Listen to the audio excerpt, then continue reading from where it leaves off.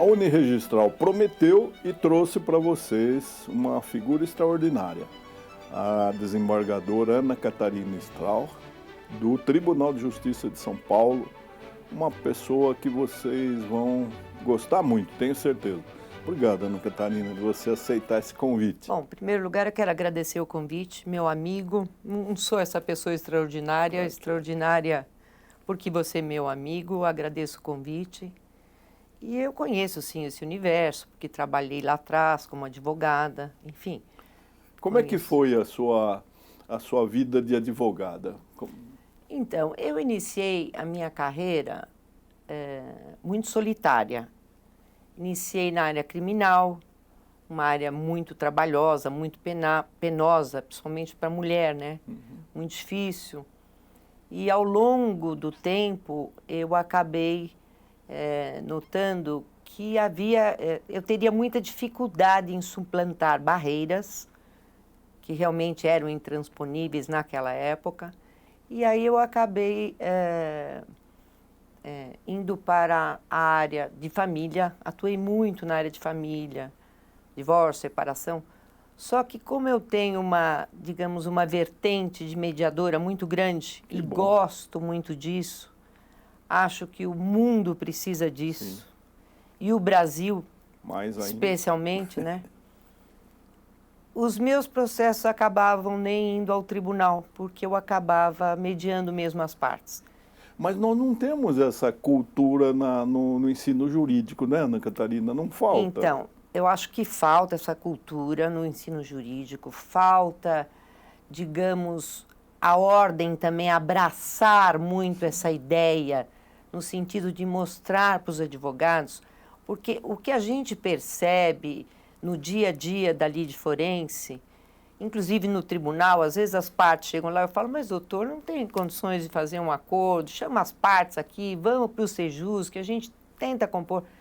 A rigor, Aline, vamos conversar. Existe uma doença na sociedade. Sim. Em relação à ideia de que tudo tem que ir para o judiciário. Que bom que você falou. Eu falo isso e você é testemunha de que não é termômetro democrático, 100 milhões de processos em curso, não é? Não, não é. É enfermidade, é patologia. Exatamente. Não é? E, além do que, ninguém dá conta. Sim. O juiz de primeira instância não dá conta, o tribunal não dá conta, o Supremo não dá conta, o superior de...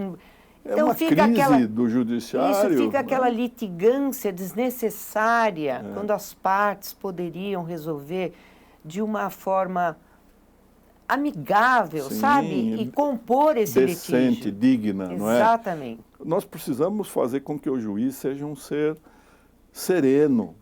E dá para ser sereno, tranquilo, com milhares de processos? A gente quer entregar uma prestação jurisdicional a tempo razoável, mas infelizmente a gente realmente não consegue. E as planilhas que tem que preencher, né, você tem que trabalhar para... Há uma espécie de presunção de que o juiz não trabalhe, pois né? É, exatamente o oposto, né? Eu tenho até como exemplo, você conhece, que é muito amigo seu e é um desembargador extremamente expressivo, o desembargador Mourão Neto. Sim. Ele chega às 7 da manhã e sai às 10 da noite. Então, quer dizer, pode ser... Como é que você pode ter uma vida saudável, sim, trabalhando desse jeito, você, né? Compromete a qualidade existencial. Levando o processo para casa, que você sabe que todos os desembargadores levam finais de semana. Então, assim, os juízes e desembargadores não têm finais de semana com a família, levam o processo para casa, não dão conta do serviço, sim, não apaziguam a sociedade, porque dão uma sentença que acaba sempre havendo um vencido e um vencedor.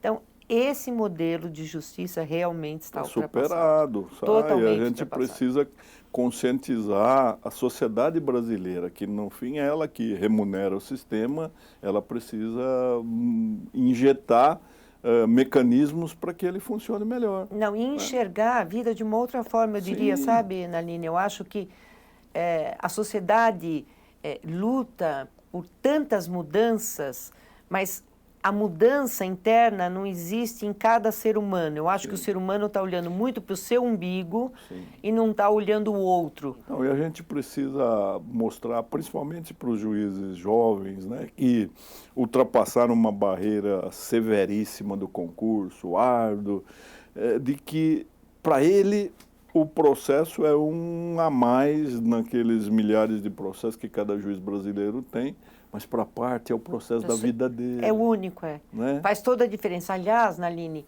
eu faço o seguinte, eu tenho um procedimento de vida muito diferenciado, eu diria. Então, eu, pelo menos uma vez por mês, reúno todas as pessoas do meu gabinete, desde da pessoa que faz a parte administrativa até os assessores, e uma vez por mês eu tenho uma reunião com todos eles, para eles não se esquecerem o que nós estamos fazendo ali. Nós estamos julgando destinos. Né? Nós estamos ali para dar uma prestação jurisdicional a uma pessoa que está buscando um direito. Você teve alguma experiência na sua vida de advogada, ou agora não sei, com o setor extrajudicial? Você teve alguma questão, você se aproximou, por exemplo, de um registro de imóveis, de um tabelionato, um cartório de protesto? Não, muito pouco, assim. Nunca... muito pouco. O que fazia era buscar alguns documentos para juntar os autos, ou mesmo para decidir em nível de mediação. Mas, assim, não tive... Uma não era uma intimidade área maior, que eu não atuava mas, muito. Eu procurei sempre, a minha carreira na magistratura, ela ficou muito vinculada a esse setor, porque eu fui chamado do interior para ajudar na primeira vara de registros públicos. E aí eu me aproximei desse universo, que eu acho que ele é tão próximo ao judiciário que nós deveríamos atribuir mais funções. Então, alguma coisa nós conseguimos. Hoje, por exemplo, você faz divórcio, você faz separação, você faz inventário, arrolamento, né? Já se faz usucapião administrativa, mas há muita coisa ainda daquela chamada jurisdição voluntária que nós poderíamos transmitir. Atribuir. Né? Exatamente. Porque é um pessoal... Ana Catarina, preparadíssimo, né? Preparadíssimo. O concurso, agora, porque antigamente havia sucessão hereditária, o cartório era uma concessão do Estado, né, do soberano. Hoje, com o concurso, e o Tribunal de Justiça leva a sério isso, nós já estamos no 12º concurso da nova série, são pessoas muito qualificadas, né? E para nós é uma segurança entregar isso para quem tenha condições, tenha conhecimento, está sempre estudando, né? E desafogamos o judiciário com isso. Aí você vai permitir que o judiciário se dedique realmente a essas questões complexas que precisam da atuação do Estado juiz ali, da soberania estatal, né? E eu acho que tem que a mediação e a composição extrajudicial tem que também ser delegada também a esses cartórios. Eu acho muito importante. Eu acho que nós precisaríamos criar essa cultura, porque nem todos pensam assim. Primeiro porque, à medida que você transfere atribuições, competências, há um sentimento de perda de poder. E não há perda, é engraçado, porque as pessoas têm esse sentimento, mas não existe perda nenhuma de poder. Como a resistência, às vezes, da OAB em abraçar a composição consensual de conflitos. Não é perder, é só mostrar que o advogado estudou muito para fazer aquilo e que precisa ser remunerado, é um trabalho. Sabe o que a advocacia ainda não percebeu, e talvez alguns segmentos até do judiciário, que na composição existe um ganha-ganha, não existe o ganha-perde. O ganha-perde existe na judicialização do conflito. E esse ganha-ganha, ele é muito mais profícuo que qualquer coisa. Porque você sabe que eu fui conciliadora no Sejusc de segunda instância durante 12 anos. Tinha uma ação enorme. Ao fim e ao cabo, esse processo foi parar lá no Sejusc na segunda instância. E eu, quando eu atuava lá, eu pedia aos advogados que ficassem em stand-by, porque ali não era para os advogados litigar. Na verdade, eles ali atuavam como assistente das partes. As partes precisavam falar. Bom, O fato é que o autor virou-se e disse assim para mim, olha, doutora, eu não quero indenização. Eu falei, mas espera um pouquinho, o senhor não moveu uma ação? Ele falou, movi. Mas eu vou dizer para a senhora o que eu quero. Eu quero que este homem desta empresa, onde meu pai trabalhou durante anos, agora e aqui, me peça desculpas por tudo que ele fez o meu pai passar. Eu não quero dinheiro. É uma coisa moral, né? Eu estou querendo, sim, fazer um acordo, mas eu não quero um tostão da indenização desta empresa.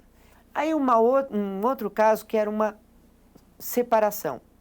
Na verdade, era uma divisão de bens só, a separação já havia sido feita, o divórcio já havia sido feito. Só a partilha. Ficou só a partilha.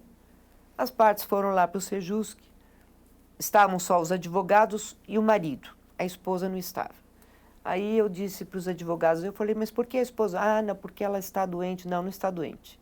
Eu vou remarcar essa audiência. O senhor, por favor, traga ela aqui. Ah, ela não vai querer vir. Ah, ela vai querer vir, sim.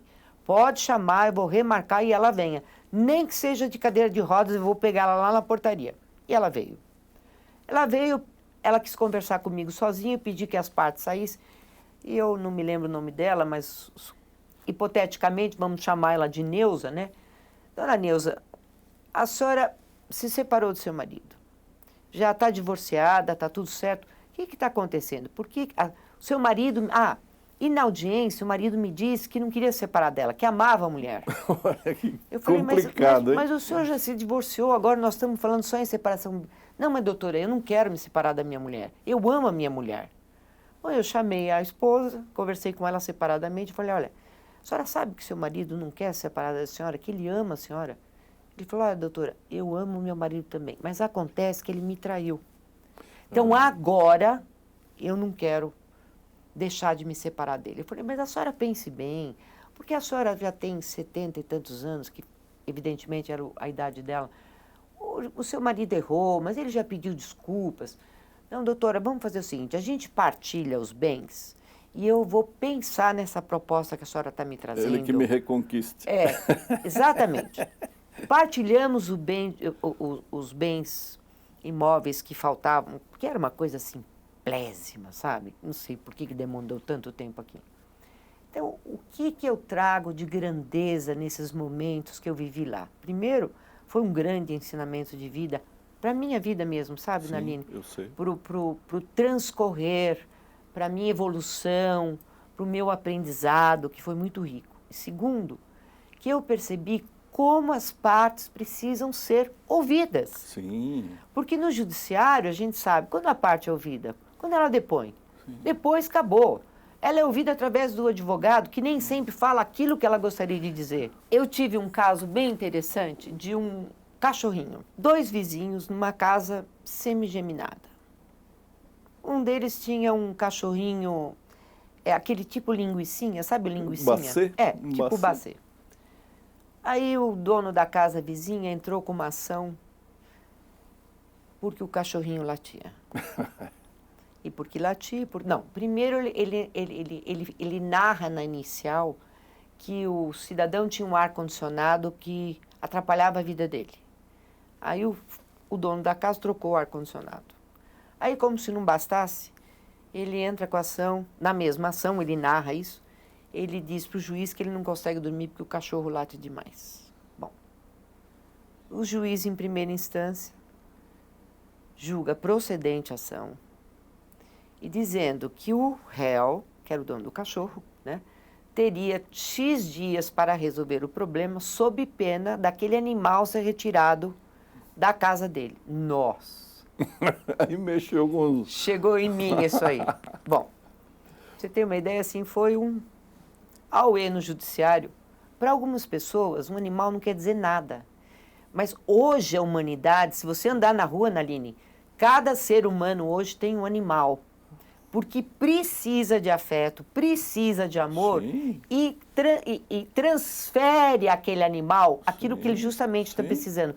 Até porque você sabe que o animal é o único ser vivo que te dá alguma coisa sem pedir nada em troca. Absolutamente. Bom, aí eu dei um voto dizendo o seguinte, primeiro mostrando a grandeza do animal, depois dizendo o seguinte, que aquele autor poderia ter resolvido aquilo de uma forma absolutamente simples, mostrando para o réu que aquilo poderia ser minimizado de uma outra forma. E acabei sendo acompanhada, claro, pela maioria da Câmara, porque eu coloquei o seguinte: imagina tirar da residência de um ser humano um animal de estimação, do qual ele se afeiçoou durante anos da vida dele, já numa idade adulta, já carente, pegar esse animal e retirar porque o outro acha que o animal está latindo demais. Faltou o juiz sentar e dizer, olha, o animal tá latindo demais? Perguntar para o réu, tem como o senhor resolver esse problema? O que está acontecendo com o seu animal? Ele está doente? Enfim, tentar entender. Para mim, o que apareceu ali é o seguinte, que o dono da casa A moveu uma ação contra a casa B, não era por causa do animal. Que o problema era mais embaixo, Sim. ele queria atingir o dono da casa. Sim, claro. E aí colocou o animal como... Exatamente. Ah. Então isso Agora você veja. resolve como? Através da mediação, da conciliação. Isso não tem como transbordar para o judiciário, porque o judiciário não tem como resolver esse Claro. problema. Eu acredito na mudança, sabe, Naline? Por mais difícil que a gente possa estar vendo na sociedade, e aí você me pergunta, por exemplo, você não entra nas redes sociais? Eu acho que as redes sociais, elas estão mudando o foco do que deveria ser em realidade. Por exemplo, eu vejo muita briga, sabe, muito diz que diz, muito falatório, muito fake news. E o objetivo, quando se criou esse Facebook, o WhatsApp, na verdade não foi esse. Foi, na verdade, para aproximar as pessoas e aproximar os universos, né? Aquele que está lá na Ásia, para você poder conversar com ele de uma maneira muito mais rápida, mas de uma forma instrutiva, né? De uma forma que você pudesse crescer com aquilo. Nós fazemos mau uso, né? Exatamente. Da Então, técnica assim, você vai num restaurante, você vê as pessoas, tanto a mulher quanto o marido, um no celular, outro no outro, as pessoas não se conversam mais. Sim. Hoje é todo mundo em cima do celular. Às vezes eu entro no elevador do tribunal, está todo mundo no celular. Sim. As pessoas nem bom dia dão. Bom dia. Nem bom dia.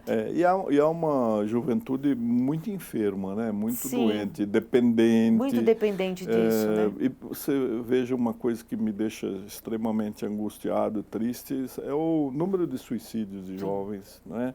Então é algo que a gente precisa... Sabe, você está em contato com o mundo e cada vez mais sozinho. Exatamente. Ana Catarina, eu fico muito grato, a Uniregistral agradece muito a você, essa disponibilidade. Perdão, porque eu gosto tanto de você, sou teu amigo, não tratei com a formalidade, com o protocolo de Vossa Excelência. Imagina, né? imagina. Desembargadora do Tribunal de Justiça do Estado de São Paulo, a maior corte judiciária do mundo. Eu que agradeço, espero que eu tenha contribuído de alguma forma para todo esse universo teu que é maravilhoso. E se pudesse, se você me permitisse, eu quero deixar digamos, uma frase para esses jovens maravilhosos que estão aí na lide, que estão buscando seus objetivos, buscando seus focos, buscando seus anseios.